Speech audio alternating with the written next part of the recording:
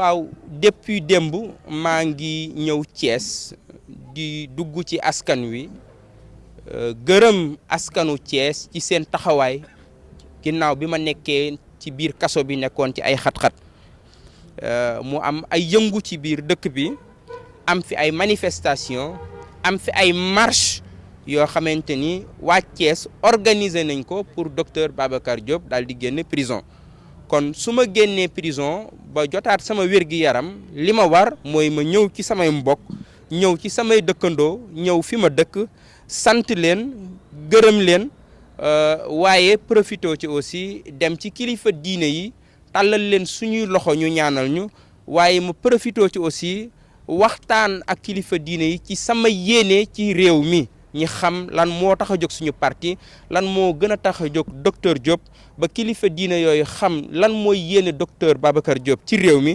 ñu wax leen ñu ñaanal ñu ci loolu moo ma indi tey fii ci Monseigneur André Guèye ma ñëwoon nuyu si ko waaye di leen fàttali Monseigneur xamee bu yàgg la ndaxte dañu bokkoon nekk département de philosophie ma ñëw am kontante mu dalal ma dalin bu rafet bi ak teraanga ji nga xam ni def na ko ci ñun waaye lépp solo mooy mu jox fi discours bu rëy rëy boo xamante ni képp kuy homme politique rek fii ci Afrique jàpp naa ni war nga déglu discours Monseigneur bi discours Monseigneur soo ko dégloo ba dégg ko dafa lay wax ni la rek ñii politique ak ñi nga xam ni ñoo nekk ci yoonu yàlla ñoo yem dëgg moo leen war a tax a ñor moo leen ñor maandu moo leen war a ñor nekk ci dëgg moo leen war a ñor waaye ñi jàppale néew gi doole yi jàppale ñi nga xam ne amuñu ku leen waxal moo leen war a ñor lépp lu ñuy def rek nañ ko teg ci dëgg loolu moo tax ma ni Monseigneur yokk nañu bu baax a baax ndax dafa fekkoon ma yaakaar ni loolu moom mooy politique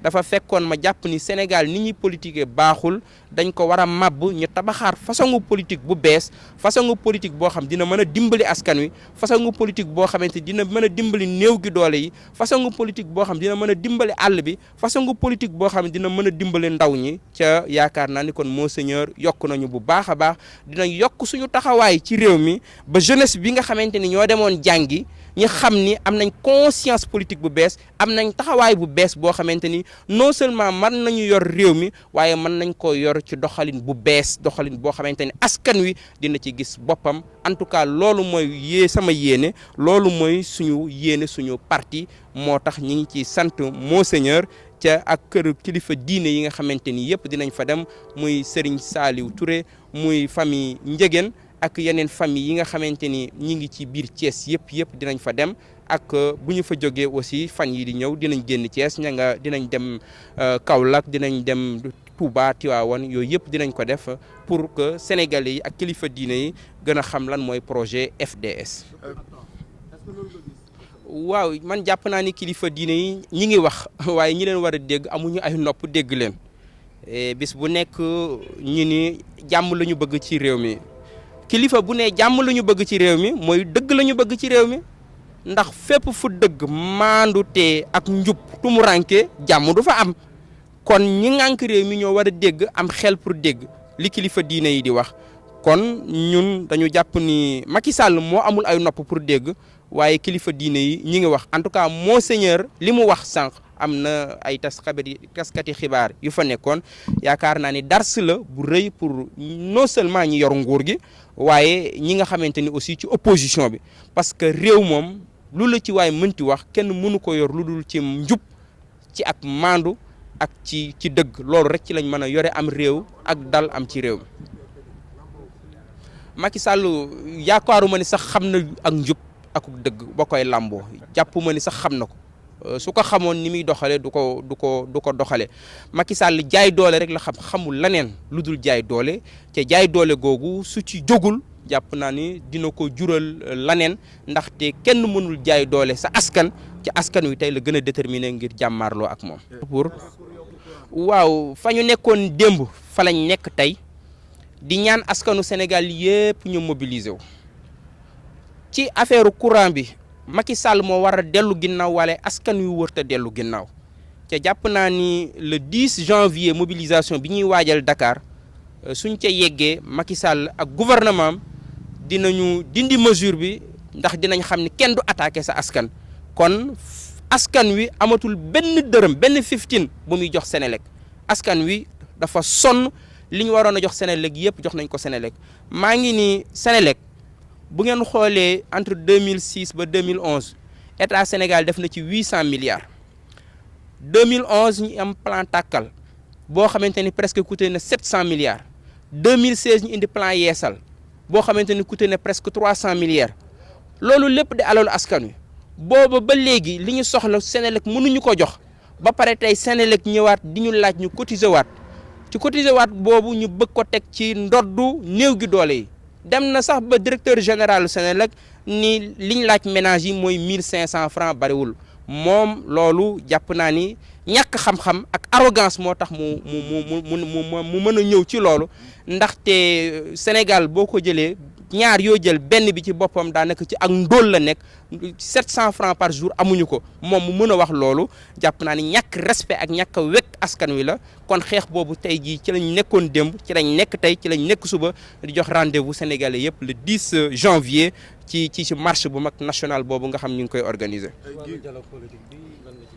waaw dialogue politique boobu théâtre la ña fa nekk ay comédien lañ duñu laneen je pense que Macky Sall comédie lay joué comédie boobu kenn waru ko ci jàppale et je pense que kenn waru ko ci jàppale et li may ñaan opposition bi mooy mu gën a xam taxawaayam gën a xam lan mooy war a nekk yitte askan wi du dialogue boobu et kon opposition bi na ñëw ci xeexu askan wi ñëw ci mobilisation askan wi ñëw ci li nga xamante ni moo ñor askan wi waaye dialogue boobu du ngeen fa gis FDS am na yeneen yitte yu muy doxee lu dul dialogue boobu dialogue bi ba ko Macky Sall lancé mois de mai la woon nga bàyyi ba juróom-ñaari weer après juróom-ñaari weer nga ñëw di doog a monter comité de pilotage boobu loolu mooy wane ni dialogue boobu amul benn crédit et jarul coow je pense que li am solo mooy ñun ñu mobiliser wu nekk ci wetu askan wi li nga xamante ni moo ñor askan wi ñu nekk ci.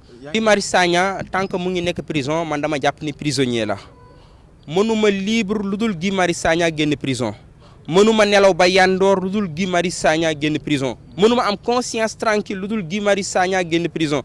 Guy Marius Sagna sama doomu ndey la sama camarade la mu nekk nit ku digne ma defandoo ak moom plus de 6 jours dans une même cellule j'ai remarqué un homme digne un homme honnête nit koo xamante ni Sénégal ak Afrique rek moo ko ñor kooku du terroriste ñi ko yóbbu foofu ñoom ñooy terroristes yi voilà ceux qui ont amené Guy Marius Sagna là où il est, c'est eux les véritables terroristes. Et Guy Marius Sagna est un Sénégalais honnête, un patriote qui aime son pays, un panafricaniste.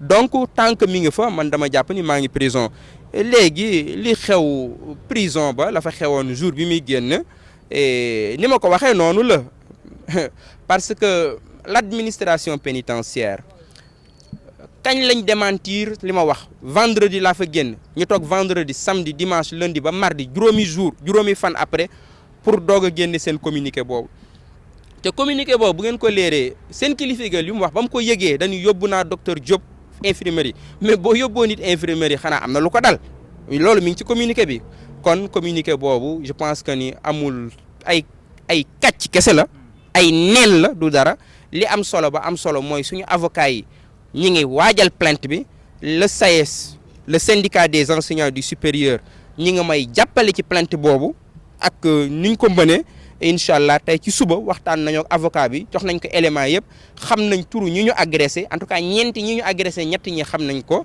jox nañ ko avocat bi et je pense que dans les prochaines heures la plainte sera déposée ñu ñaan yoon mu def liggéeyam mais plainte boobu li tax ma ci gën a wax et ma gën a wax ci rëbës du man génn naa rëbës et su ma nekkoon rëbës it am naa ay avocats yu ma waxal mais ña ñuy toroxal rëbës ñi ci ëpp mënuñoo wax wala bu ñu waxee seen kàddu du génn ña ñuy toroxal rëbës amuñu ay avocat rëbës am na ñu fa nekk juróomi at ci kenn mësuñu leen a woo enquête waxuma jugé rëbës garde pénitentiaire yi dañuy woo ab prisonnier ba mu ñëw nga mbéj ba mu neex la nga ni ko pompeel ba mu neex la nga saaga ndey wéq kuntaa ba ni ko dellul ci biir ci kenn du wax loolu moo tax ma ciy wax dama bëgg la nekk rëbës daal di jeex ñi xam ne ak lu ñu mën a def ay nit lañ te nit dañu war a sàmm dignité humaine am loolu moo tax ma ciy wax waaye du man bu ma ciy plainte di ci coow di ci wax mooy bëgg askan wi yeewu ba li xew biir rëbës ak ci xew ci yeneen prison yi ñu jeex ndax nit lépp lu mu mënti def bu ko xisee ba tëj kaso